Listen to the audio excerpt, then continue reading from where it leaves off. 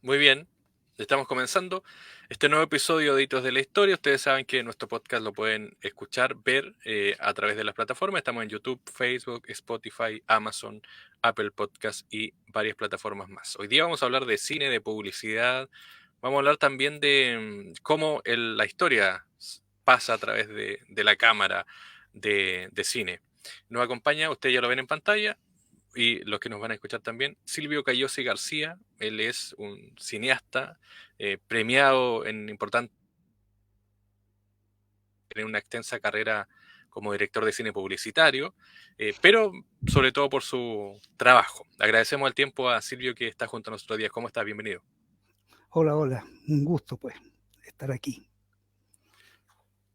Bueno, Silvio, antes de comenzar de lleno con la revisión de su trabajo, me gustaría que me hablara de sus inicios, de esa infancia, de este nacimiento en Nápoles, además, en Europa. ¿Cómo fue vivir esa infancia? ¿Cómo llega a Chile y cómo también se comienza a integrar al mundo del cine, de la publicidad? Es súper raro los datos que tú tienes. Me dice que nací en Nápoles, no es así. Yo Sí, nací en, dice acá no sé dónde es, 1944, sí.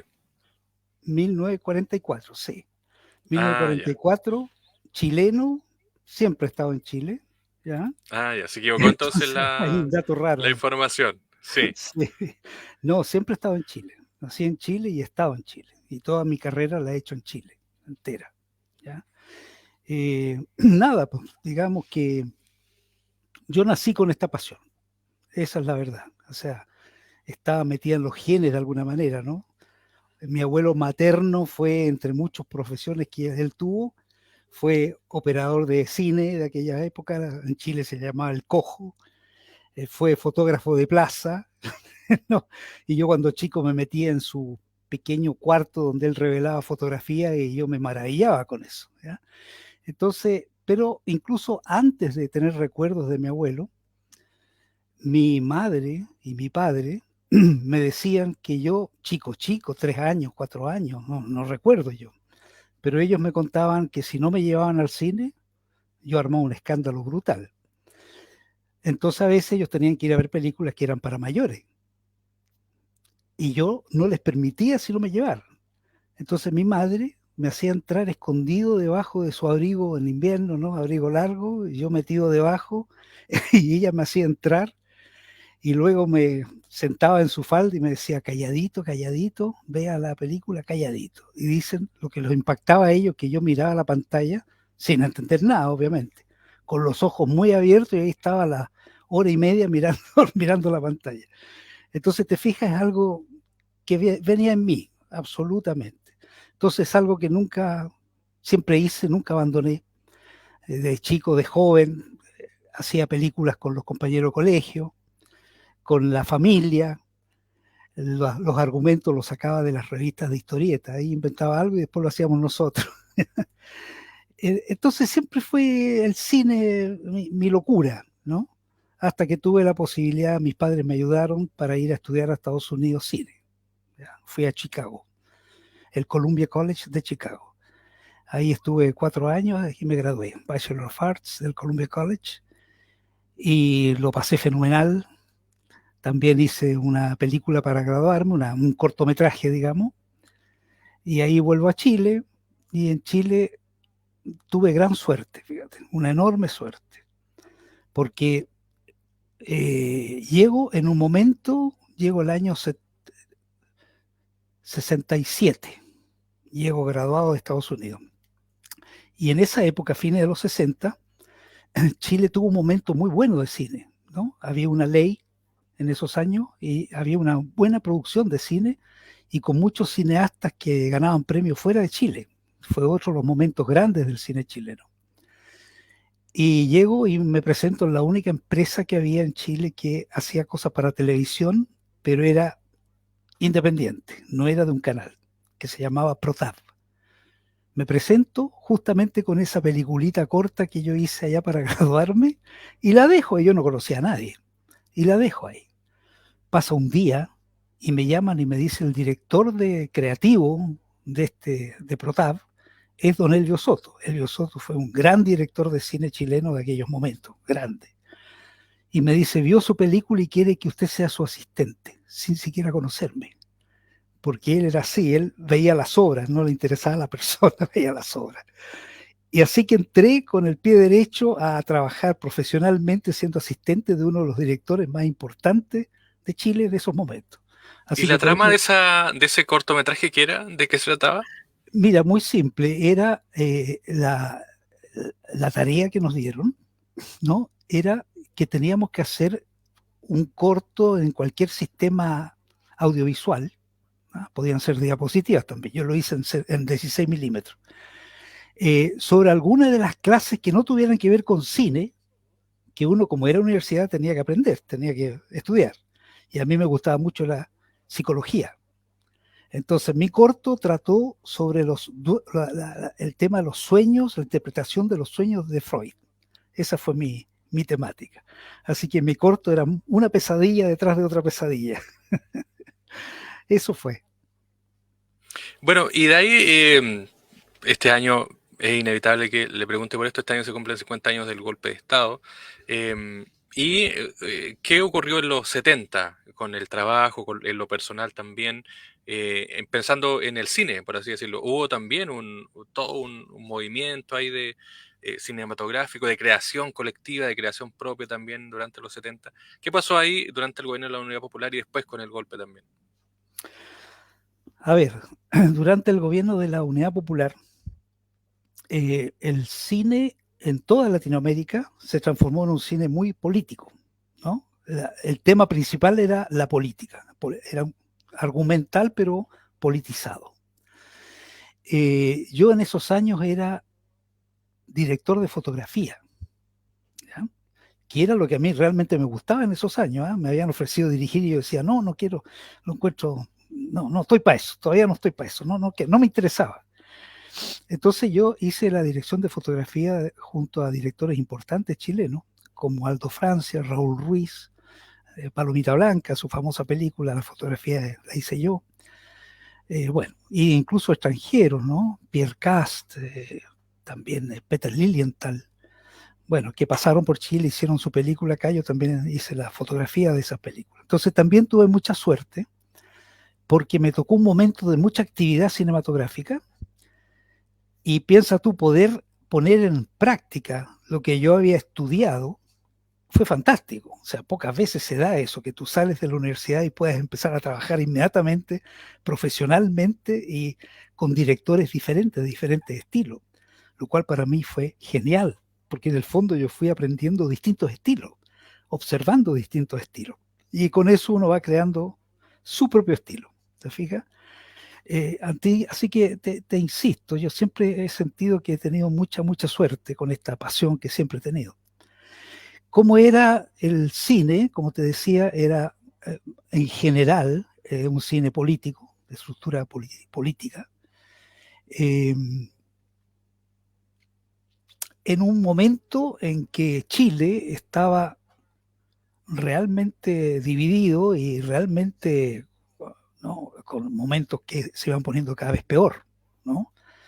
Eh, yo recuerdo que tenía la oficina en pleno centro y casi muchas veces no podía llegar a la oficina porque todos los días había marcha, había, eh, qué sé yo, enfrentamiento entre policía y gente de distintos sectores, ¿eh? Porque era una época totalmente loca. O sea, un día era grupos jóvenes de ultraderecha, al día siguiente grupos jóvenes de ultraizquierda, ¿no? Entonces todos se enfrentaban a la policía lanzando piedras.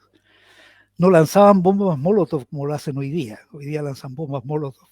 No, en esa época eran piedras y gritos, nada más. ¿Ya? Pero la verdad es que era una situación cada vez más complicada y más complicada y más complicada, ¿no? Eh, ¿Qué te puedo decir? ¿Tú quieres saber después del golpe? Sí, o cómo vio también el golpe, cuál fue el impacto que tuvo personalmente, porque todos tienen obviamente, o los que vivieron o los que conocieron esa situación, me imagino que también es un cambio radical. A ver, lo que yo recuerdo es que de partida, cuando faltaban pocos meses para, para el golpe, digamos, todo el mundo decía va a venir un golpe, incluso la gente de izquierda, ¿no? Era como algo que iba a pasar, ¿no? Esa era la idea. Entonces todo el mundo se parapetaba, todo el mundo se preparaba para lo que iba a venir. Eh, y lo que te puedo decir específicamente de ese día, que es lo que me pasa a mí, es muy particular porque yo voy manejando mi auto, tenía un auto chiquito en aquellos años, un Taunus. Voy manejando mi autito hacia el centro, que tenía la oficina en el centro, ¿no? Poco antes hubo una especie de intento de golpe, ¿no? Del general, el Trancazo que le llamaron. Y en esa ocasión, cuando yo fui, me di cuenta que la policía resguardaba todo, que el tránsito podía pasar, que había una especie de mini golpe, pero que todo estaba controlado. Entonces llegué a mi oficina. En cambio,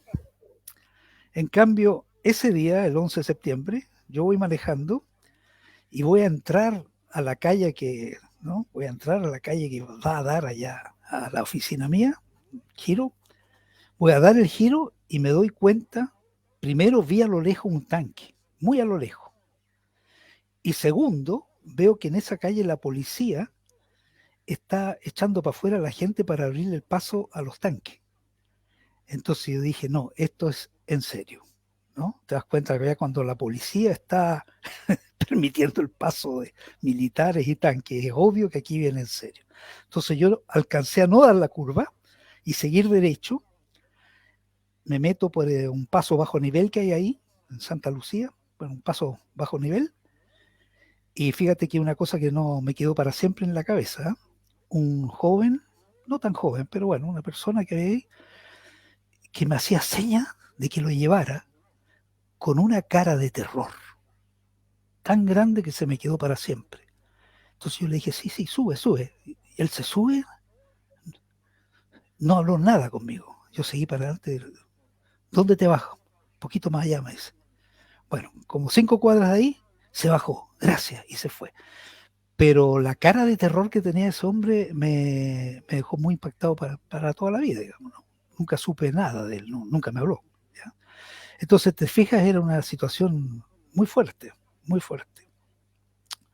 Y bueno, y después viene ya el golpe mismo, ¿no? Empiezan los bandos militares. Me acuerdo haberme asomado a ir al techo de mi edificio donde tenía mi departamento y desde ahí podía ver a lo lejos los aviones en picada. Yo no sabía en ese momento, muy lejos, porque desde mi edificio que está en Las Condes hasta el centro es bastante distancia. Entonces yo veía unos aviones chiquititos que se tiraban en picada. Después supe. Eh, bueno, y vienen los toques de queda. Uno no podía tener que estar en la casa, digamos, ya no me acuerdo, pero desde las 5 de la tarde o 6 de la tarde hasta el día siguiente sin poder salir, ¿no? Yo ahí también de repente me subí al techo para mirar qué pasaba en la calle, ¿eh? De noche, y veía las patrullas militares pasar de un lado a otro, hablar, y la calle vacía. Entonces eran momentos bien especiales, ¿no? Bien fuertes. Eso, y nada, porque después comienzan los bandos, comienzan las prohibiciones de todo, la sensación de que estábamos realmente bajo una dictadura. Ahí comienzan los comentarios de muchos que decían, no, si esto van a ser 2 meses, 3 meses, no más que eso. Gente de derecha, por ejemplo, diciendo, no, si esto es un paso nomás y después le van a dar el poder a la democracia cristiana, para que, ¿no? Eh, Después van a llamar a elecciones. Bueno, estas ideas de todos los sectores de izquierda y derecha cambiaban todos los días, ¿no? De repente, no, por un lado, qué bueno que llegó el orden y se mantenga así para siempre. Por otro lado, no, aquí hay que juntarse y hacer la revolución contra esta dictadura, ¿verdad? Entonces empezaba esa cosa, pero todo era para callado, los dos lados. Es decir, todo se hablaba entre susurros o sin hablar. Una cosa que yo ahí supe o me di cuenta, ¿no? Es que uno bajo dictadura de ese tipo, de alguna forma extraña, aprende a comunicarse sin necesidad de hablar. Fíjate que realmente de repente uno miraba a una persona y sabía perfectamente lo que esa persona quería decirle a uno, sin hablar.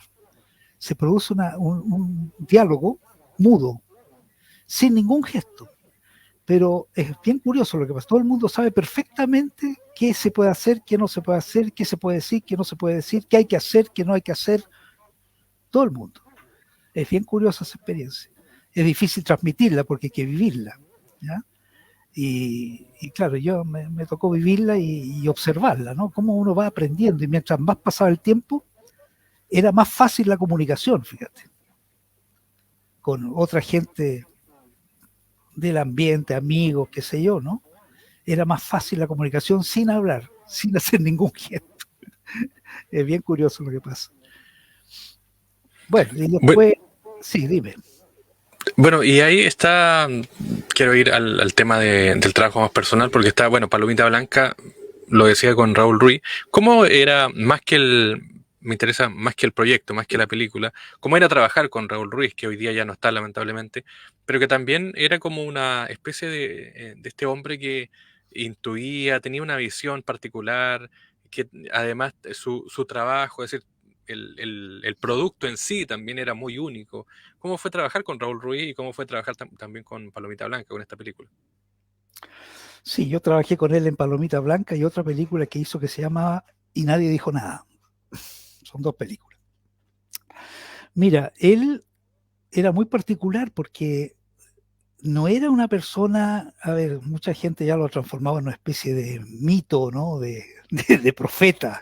No, él iba, hablaba así suelto con todo el mundo, le gustaba mucho conversar en bares para tomar vinito blanco, ya, entonces de repente por decirte algo, oye Silvio, bueno, mira, estoy pensando en una película nueva, vamos a tomar un vinito ahí, y andaba siempre él buscando picadas, cosas que él conocía, lugares especiales, no era cualquier lugar, eran lugares populares pero especiales a la vez, ¿no? Entonces, recuerdo las conversaciones sobre una posible película, era tomando vinito blanco y en una servilleta de papel.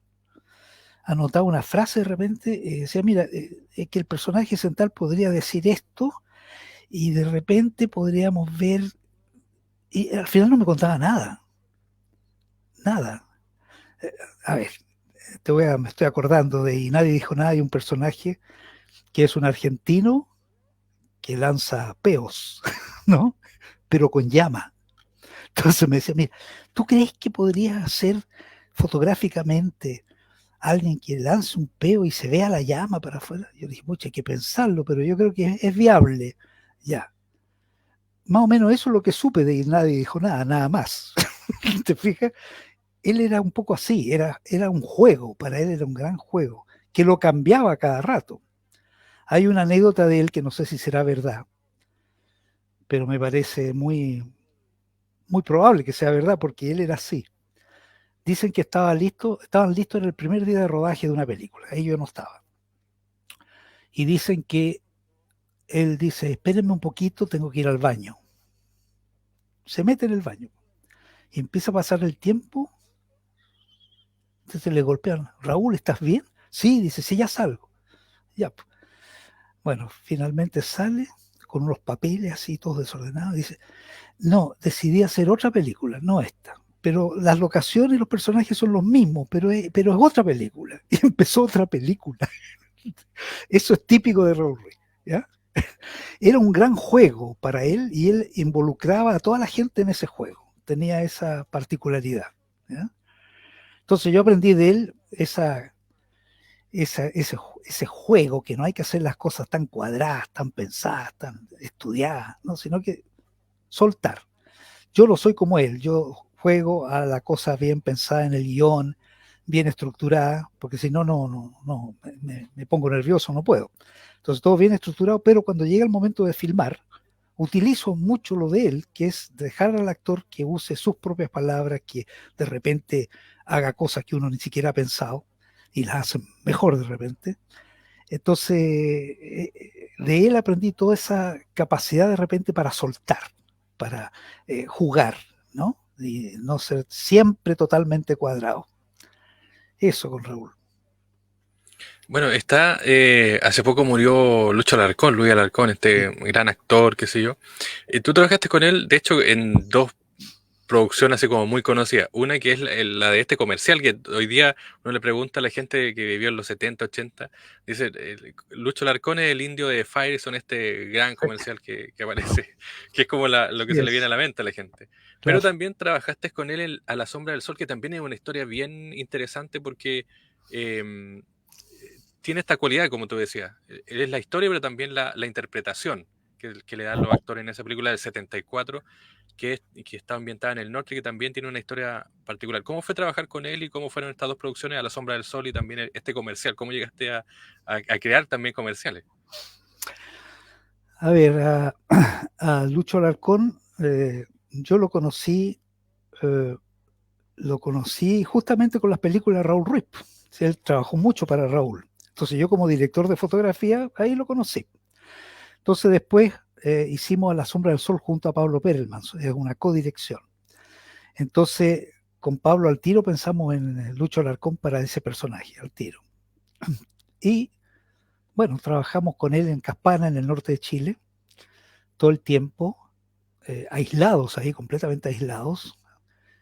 Y ahí íbamos recibiendo noticias que no las podíamos creer, que en el Mapocho habían aparecido muertos flotando, etcétera, etcétera, etcétera. Entonces, todo lo horrible, el horror del golpe, lo empezamos a vivir allá, en Caspana, aislados, fíjate, mientras filmábamos. Entonces, también eso era una situación tan rara, ¿no? Porque uno decía, pero si Chile, nunca ha pasado esto en Chile. ¿Te fijas? Todos teníamos la idea de un país hiperdemocrático, respetuoso, que lo era.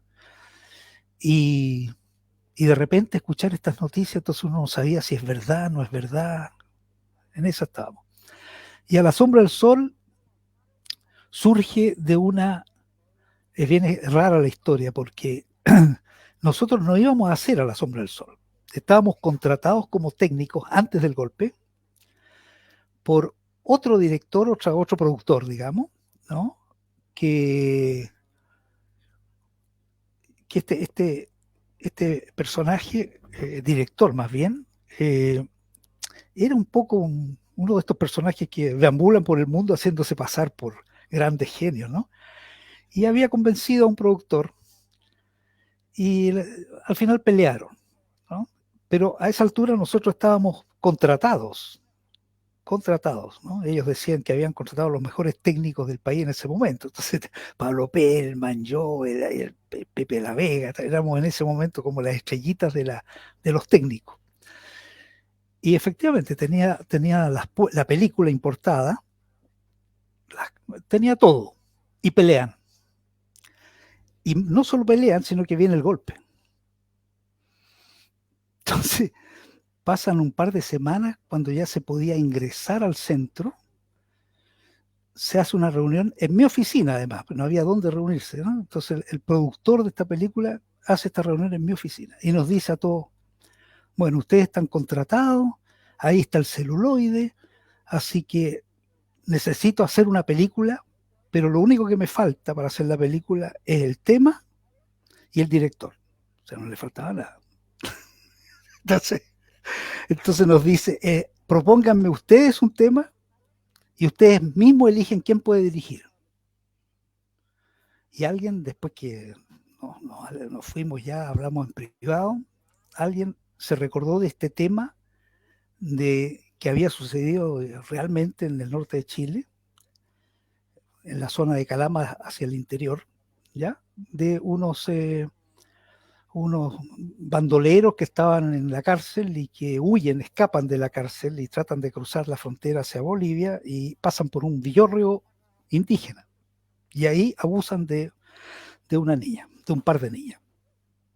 Y el pueblo después va y los atrapa y les hace un juicio al estilo de ellos, ¿no? y terminan ejecutándolos con la única bala que tenían una sola bala, una escopeta con una bala, y los amarran y los ejecutan. Esto es real, ¿eh? Esta historia pasó en Chile. Entonces le propusimos esta historia y el productor dijo, qué bueno, una violación, eso da plata, típico. Y quien dirige, bueno, ahí entre todos dijeron, bueno, que hagamos lo siguiente, que dirijan dos. Salió así espontáneamente, ¿eh? Un director más preocupado de la cosa técnica, la cámara, el movimiento de los actores en relación a las luces y todo eso, y el otro más relacionado con las actuaciones, con los actores mismos actuando. Y de ahí se formó la dupla de Pablo Perelman conmigo, y así funcionamos y funcionamos bien, ¿eh? Entonces esa es la historia de A la sombra del sol. Y tú me preguntabas también por... Sí, por el comercial de Firestone. El indio Firestone. Como anécdota, si quieres te cuento una anécdota que me acabo de acordar de Sí, por favor. Relacionada con Lucho Alarcón. El otro actor era Alejandro Cohen, un actor muy famoso en aquellos años. Y la anécdota es la siguiente. El final, teníamos que filmar el final, cuando le disparan y mueren los dos ahí amarrados a una especie de piedras indígenas. Los amarraron y ¡pah! Los matan. Y resulta que a mí se me ocurre, había un experto del ejército, porque el ejército mandó gente a ayudarnos a todo esto, porque el productor era muy amigo de la FACH, me acuerdo, era muy amigo. Entonces siempre teníamos cierto apoyo, como por ejemplo una persona que sabía disparar bien y sabía. Entonces esa persona llega y dice, no, si yo le pregunto, ¿y cómo vamos a hacer el balazo? ¿No? Y dice, no, yo lo tengo todo listo. Les vamos a poner unas corazas porque las balas son casi de fogueo, digamos, pero y esta coraza, y ahí hay que pensar que en aquellos años no había postproducción, pues había que hacerlo todo en directo. Los efectos especiales. No, claro. Entonces le voy a disparar esta bala y ellos con esta coraza atrás puesta debajo de la camisa, lo único que va a pasar es que la camisa se va a romper, nada más. Y yo le digo, ¿estás seguro? Sí, entonces yo insistí, le dije, por favor, pongamos la coraza suya en este árbol, ¿no? Donde hacer la semejanza de que, ¿no? Amarramos la cosa a un tronco, un árbol, y a ver, dispárele a la coraza. Le disparó, le hizo un hoyo así de gordo a la coraza, así de grande. Es decir, Lucho Alarcón y Alejandro Cohen Iban a repetir lo de los protagonistas. Iba a repetirse. Entonces al final hice la desesperación, hice un truco bastante antiguo y básico, que es poner un condón dentro de la camisa, un condón lleno de sangre artificial, digamos, ¿no? Entonces ese condón estaba por dentro de la camisa, entonces la camisa pasaba para afuera un hilito que venía directo hacia el lente de la cámara. Entonces tú sabes que cuando se acerca algo al lente se va fuera de foco. Ya. Entonces el hilo no se veía porque se iba fuera de foco, nada más. Entonces estaba con la cámara ahí y sencillamente, listo, balazo, ¡pah! Y tirábamos el hilito y perfecto, el efecto es perfecto, ¿no? Se abre la y sale la sangre por la camisa. Bueno, para que veas tú las cosas del cine, sobre todo cuando no hay recursos. Claro, era un tiempo donde la computación no había nada de eso. Nada, absolutamente nada. ¿Y el Así que, comercial? ¿Cómo concretaron? Porque comercial. esto se te ocurrió a ti, estaba escrito, la empresa lo pidió o finalmente nació y se lo presentaron a la empresa. ¿Cómo fue el Mira, comercial de Firestone? la historia fue que de la agencia me llaman y hay una creativa ahí, una señora muy, muy inteligente, ¿no? Que había inventado la base de la cosa, que era este indígena que se escuchaba y decía después, si camino no hablar, ser Firestone radial sport que venir, lo dice al final, pero si camino bueno no hablar, nadie venir, ¿no? No hay ruido, no se escucha nada. Y después cuando viene el auto de verdad, tampoco escucha nada. Es para vender la idea del neumático súper suave y silencioso y qué sé yo. Entonces me cuenta esta idea del indígena que se tira al suelo y escucha y dice si camino a hablar. Yo le digo, me parece fantástica. Ya. Yo le digo, mira, pero a mí me dan ganas porque ellas tenían un storyboard, ellos hecho, que era un poco caricatura. Era un poco, el indio caía, cuando venía el auto, el indio asustado caía al suelo, se caía despaturrado, todo. Era un poquito caricaturesco. Entonces yo le digo a ella, a la agencia, al dueño de la agencia, le digo, mira, a mí me parece que esta idea que es muy buena, yo la haría en una cosa muy de estilo de comedia sutil, cercana al humor inglés, aunque no tenga nada que ver con lo que, pero el sentido del humor inglés, ¿no? Ese tipo de humor.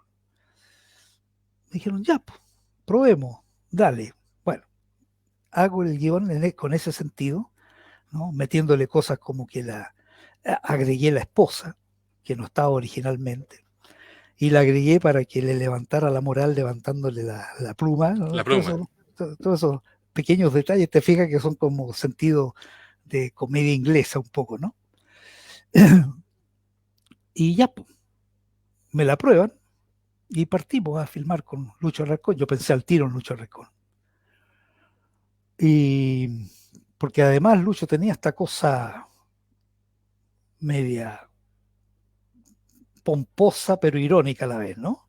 Que es la cosa inglesa también un poco, esta cosa Claro, de... no es esta risa fácil ni No, explícita, no, sino que no, el humor que no, te atrae, es decir, te sugiere cosas. exactamente, ¿ya? Y sutil.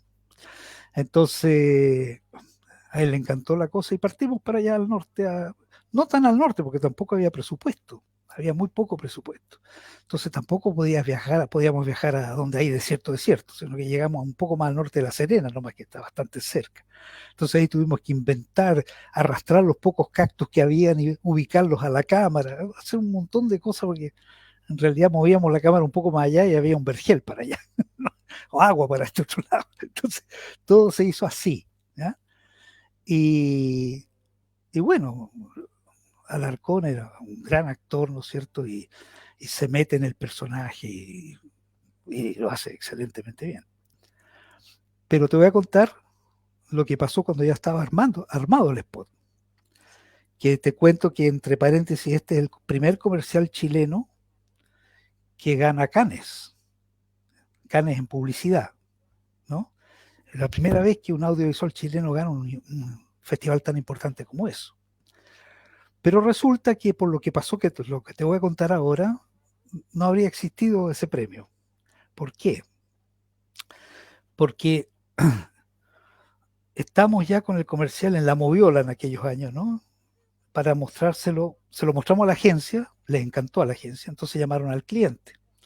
Y viene el cliente solo y le mostramos el comercial y él lo mira y dice, sí, está bien, ¿ah? Así, ¿ah? Sin mucho entusiasmo. Y agrega, dice, yo pensé que iba a ser más cómico. Él tenía en la cabeza de que era una farsa, ¿no? Y bueno, pero me gustaría llevarme la grabación para mostrársela a mi señora. Sí, nadie le puede decir que no.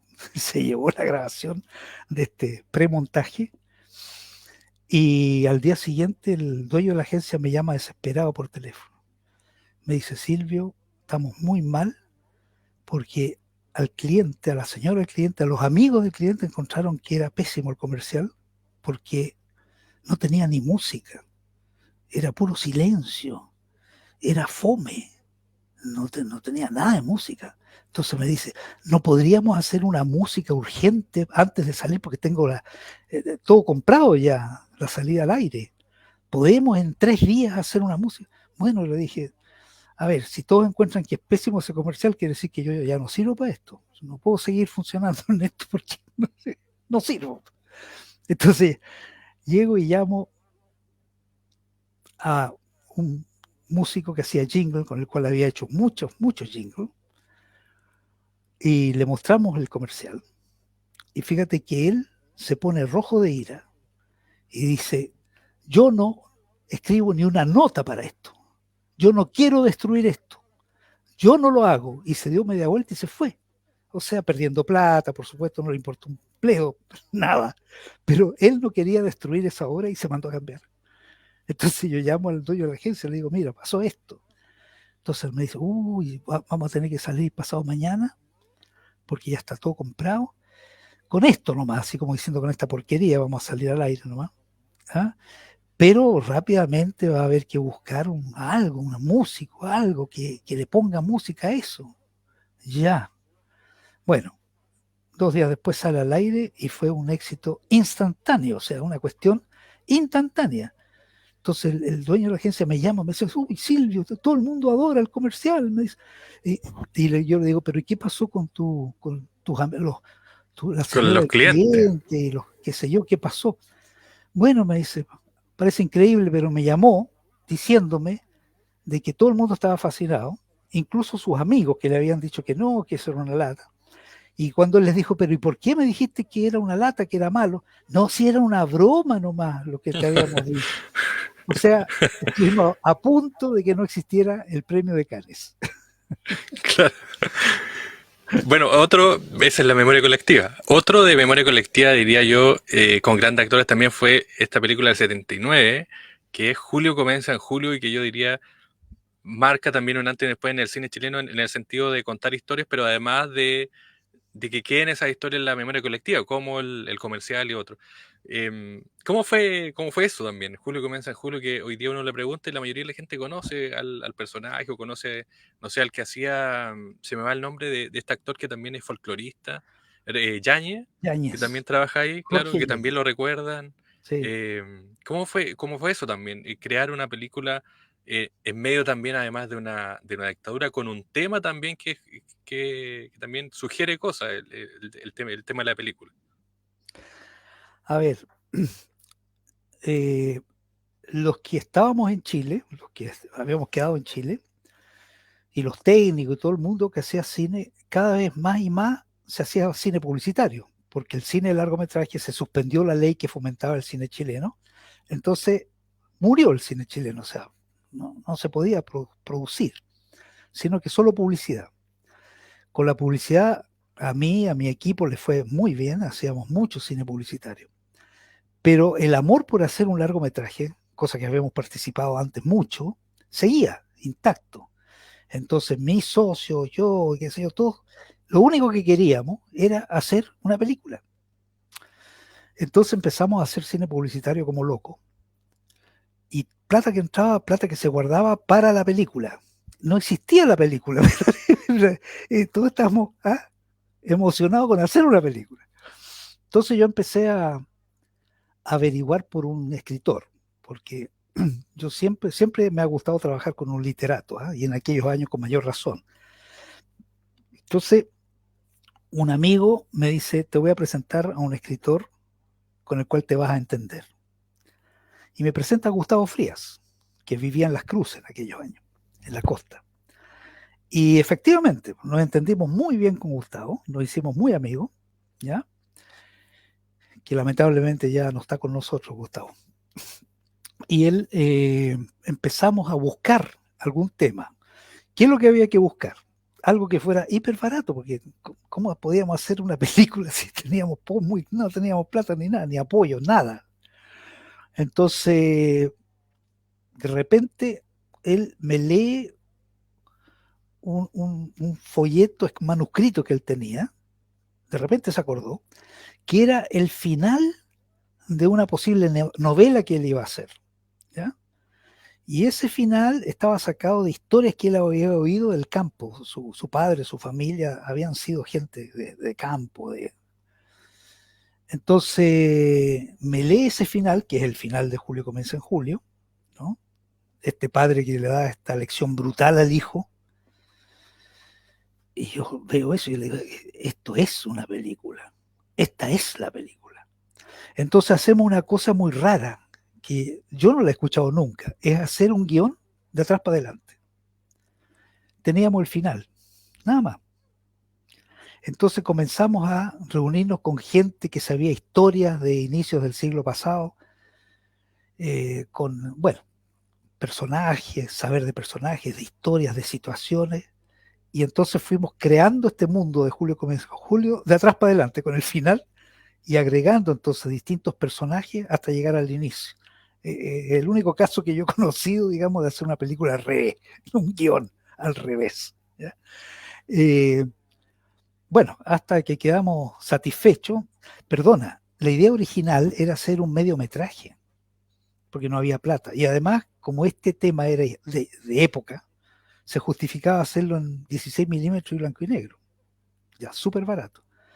Pero al ir haciendo el guión, la cantidad de historias y de personajes riquísimos que empezaron a aparecer, nos hizo hacer un guión de más de 2 horas de duración. Una película de más de 2, pero en blanco y negro y 16 milímetros igual. No había forma de hacerla en colores, ni mucho menos. Pero se justificaba por la época. Y, y mira, haciendo el guión, a propósito de cómo tú dijiste, cómo hacer un guión en esa época que había una censura muy fuerte y todo eso. La película, la única autocensura que nos hicimos, porque sabíamos que si lo hacíamos no iba a pasar, era que dentro de esta pintura del Chile de aquellos años, y de Chile en realidad, y Latinoamérica, muy latinoamericana la película también, hay un personaje que no está en la película, y que en esos años tenía que estar, que era el militar. El militar era uno de los personajes, junto con el cura, ¿no es cierto?, que estaba alrededor del latifundista, junto con el alcalde, son los personajes que rodean al latifundista, el, el militar, ¿no? Ese personaje es una autocensura, porque en esta pintura del Chile de aquellos años, de Chile, era necesario que estuviera en esa pintura y decidimos que no estuviera, punto, para afuera. Eso lo reconozco que es una autocensura, ¿no? Junto con Gustavo decidimos, porque ahí sí que no iba a pasar la película, de ningún modo. Eso te puedo contar. Bueno, Silvio, por último, ¿cómo sientes tú desde lo personal los reconocimientos? De hecho, si uno lee, por lo menos algunas de tus películas han sido presentadas al premio Oscar categoría internacional, que hoy día cada vez que se presenta una película de Latinoamérica o Europa es como la gran película o la mejor película que se presenta a los premios Oscar. De hecho, tú creo que tienes 3 que se presentaron al premio Oscar Internacional. ¿Cómo fue también trabajar sobre los relatos de José Donoso? ¿Y cómo reconoces también o cómo tomas los reconocimientos? Porque una cosa es el producto, el trabajo, las ideas, y otra cosa también es que eso después que en el inconsciente de la gente y también sea reconocido a nivel internacional y tenga premio, que eso es finalmente lo que ocurre. ¿Cómo tomas también eso tú? A ver, yo te dije al principio que yo he tenido mucha suerte en mi vida como cineasta, ¿no? Una de esas grandes suertes es haber conocido a José Donoso y haber podido con él hacer el guión de La Luna en el Espejo, y posteriormente, ya fallecido él, hago el guión, conociéndolo mucho a él, de Cachimba. La novela de él se llamaba Naturaleza Muerta con Cachimba. Entonces ahí se creó una relación muy buena con él en el sentido de verdad de inventar cosas y desarrollar cosas y nos entendíamos muy bien, fíjate, de alguna manera esos mundos encerrados, esos mundos secretos, eso es muy donosiano y era una cosa que naturalmente a mí también me atraía mucho siempre. Entonces nos entendíamos mucho en la descripción de esos mundos de encierro, de espía, de espionaje, ¿no?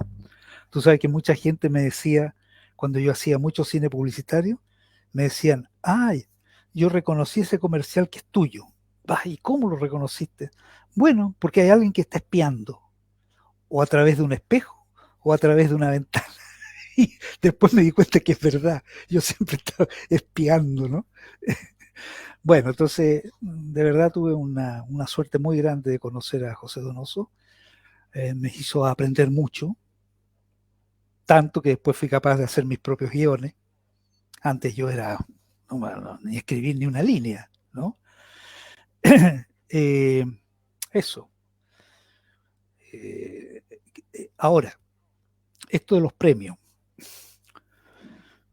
Mira, yo nunca he pensado en que cuando estoy haciendo una película me tengo que ganar un premio. O me tengo que hacer hipermillonario con fortunas internacionales, jamás. Yo siempre he creído en que de partida una película tiene que surgir desde adentro de uno. Tiene que ser una necesidad que en el fondo expresa lo que uno tiene adentro. Y por eso me he demorado mucho en hacer una película de otra, porque mientras yo no tenga esa sensación, no hago nada. Porque voy a terminar haciendo una copia de algo, ¿no? Yo me he fijado que las grandes películas que a mí por lo menos me gustan son esas que vienen del interior del realizador, ¿no? Del guionista y el realizador, que está la vida interna. ¿Para qué hablar de Bergman, por ejemplo? ¿No? Todo su cine es interior, viene de adentro y es brutal. Entonces yo creo mucho en eso, ¿no? En los personajes en el cine. No creo tanto en los efectos de postproducción y balazos y carreras para allá y para acá, que al final hay excepciones que son muy buenas, pero en general son películas que son para pasar un ratito nomás, comerse unas cabritas y después las olvida. Yo Cine creo comercial, mucho, como les llaman ahora. ¿cómo le llaman? Yo creo mucho en ese cine que tú pasas a ser parte de tu vida, en realidad. Que tú te llevas a la casa al personaje, la escena te la llevas y no la olvidas nunca más. Creo mucho en ese cine, que es parte tuya, ¿no? Del espectador, digamos. Que el espectador deja de ver una película y pasa a ser parte de la película. ¿Ah? Entonces, en ese sentido, haber conocido a José Donoso fue muy, muy importante para mí, un gran apoyo, o sea, aprendí mucho con él. Lo mismo con Gustavo Frías, por supuesto, también, ¿no? Y nunca me propuse ganarme un premio, te lo digo de verdad, nunca, nunca, nunca, nunca. Yo hacía una película porque yo sentía adentro que tenía ganas de hacer, me daba la pasión por hacerla. Yo veía, empezaba a ver personajes, empezaba a ver escenas, empezaba a sentir diálogos y cosas, ¿no? Entonces ahí me he lanzado a hacer la película. Pero te fijas que ha sido por mi propio placer, en realidad, o necesidad, como lo quieras llamar, ¿no? Y después cuando me llegan premios, son verdaderos regalos inesperados. Cada uno de ellos es un regalo completamente inesperado. No, sobre todo en aquellos años, sobre todo cuando empecé, en que no había lobby, no había ninguna cuestión que ahora se usa mucho, ¿no? Manipulaciones, festivales importantes que están súper manipulados, eso hoy día es por todas partes. En aquellos años no. Entonces, mandemos la película a Venecia. Venecia, por ejemplo. Mira lo que pasa con Venecia. Hay un chileno que vive allá, en la zona de Venecia, y que tenía que ver con el Festival de Venecia en aquellos años. Era como él elegía películas latinoamericanas y las presentaba, nada más que eso. No era que él decidiera, sino que él me presentaba. Y de repente, en un viaje mío, creo que fue un viaje mío allá, y me dice, ¿tú tienes algo nuevo? Sí, estoy terminando una película. Ah, dámela, porque necesitaba presentar. Dámela y la presento. Ah, ya, yo te juro, nunca pensé en Venecia. Y él me dijo, no, no, no. Pues. Yo le dije, ¿Venecia? Sí, pues Venecia. Me dice, no, dámela y la presento. Ya. Le mandé un video y empieza a pasar el tiempo y me olvidé. Me olvidé de la existencia de Venecia. Yo seguía en mis cosas, mi publicidad, no sé. Y me acuerdo que era pleno invierno. Y todos empiezan a reír en la oficina y a mirar para afuera porque había comenzado a nevar. Y suena el teléfono. Ring, ring, ring. Entonces, te está llamando un señor que habla raro, me dice. Entonces yo voy, aló, y con un pesado acento italiano me dice, yo soy el director del Festival de Venecia. Yo ahí dije, esta es Pitanza. Ah, sí, le digo yo. Sí, escúcheme. Y mientras tanto se caía la nieve y todos reían y aplaudían. ¿Ah? Y yo hablando, mira la magia. Entonces yo hablando con este señor, hasta que me convencí que era él. Y me dice, su película ha quedado clasificada para participar en competencia en el Festival de Venecia. Bueno, así pasa lo de Venecia, que posteriormente Gloria Muchmayer gana la mejor actuación femenina del mundo en el Festival de Venecia, ¿no? Entonces, me han pasado cosas así, mágicas, que yo no las espero y me han pasado, ¿no? Eso pasó así, tal cual como te lo cuento.